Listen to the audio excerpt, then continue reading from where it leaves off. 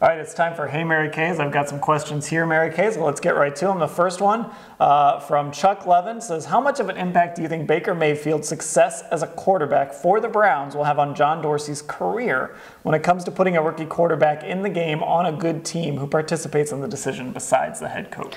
Well, you know what? I think it will have a huge impact on John Dorsey's career because he was picked #1 overall. So John Dorsey comes in with 4 weeks left in the regular season last year, brings in a consultant, Scott McCloughan, who also loves Baker Mayfield.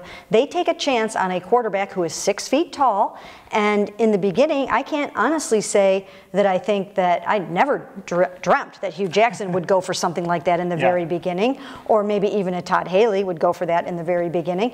But they came around, and here you have guys like Josh Allen out there, you've got Sam Darnold, Josh Rosen. So I think when we look back on this draft, how these quarterbacks fare will have an impact on John Dorsey's career. Okay, the next question, this comes from Twitter, and it's about Jeff Janis, a name that we haven't talked a lot about. What's up with Jeff Janis? He hasn't been mentioned much this summer. Is there a spot or role for him on the 2018 roster? Well, I know they like him, and you've got a lot of guys that are familiar with him because he came from Green Bay.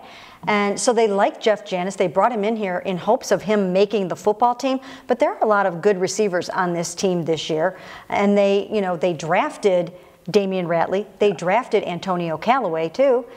So I don't think it's going to be easy for some of those last 3, 4, 5 receivers to make the football team. I think Jeff Janis might go into the same category as Rashard Higgins, Ricardo Lewis. These guys are all going to be battling for those last few spots. All right, another Twitter question from Gavin. Hey Mary Kay, would you rather take Sam Beal or Adonis Alexander in the supplemental draft? And I'll add on, should the Browns be active in the supplemental draft? I think they should be. I think, this is a great opportunity to go out and grab another player who can really help you. And some people think that Sam Beal, the Western Michigan cornerback, that he was supposed to be a first-round pick in the minds of some experts. So, you've got to go do your due diligence. You've got to go to these pro days that these guys are having, and they are doing that.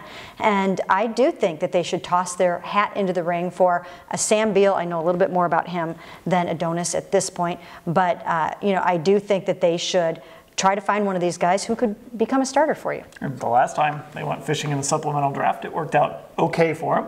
Yes. John Frederick asks, haven't heard much about the offensive tackles, and in this case, no news isn't necessarily good news. Is there any possibility, how about this, of sweet-talking Joe Thomas into coming back for one more year? Well, I had thought about that myself over the past month or so, thinking, everything is looking so rosy. Everybody's excited about the season. People are talking about them actually winning and thinking, I wonder if Joe Thomas is having any regrets or anything like that.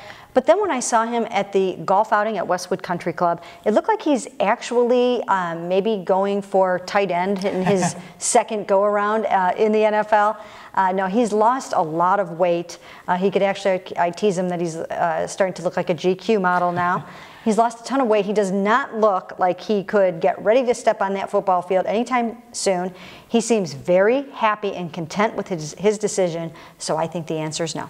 And if the Cavs are looking for power forward, that's kind of how he's built now. He's not really built much like an offensive tackle anymore. Last one, Hugh Jackson and his job security. This one comes from Aaron. Do you think that Hugh will lose his job if there is not significant improvement? Well, there will be significant improvement, I think. So I don't think it's going to be an issue.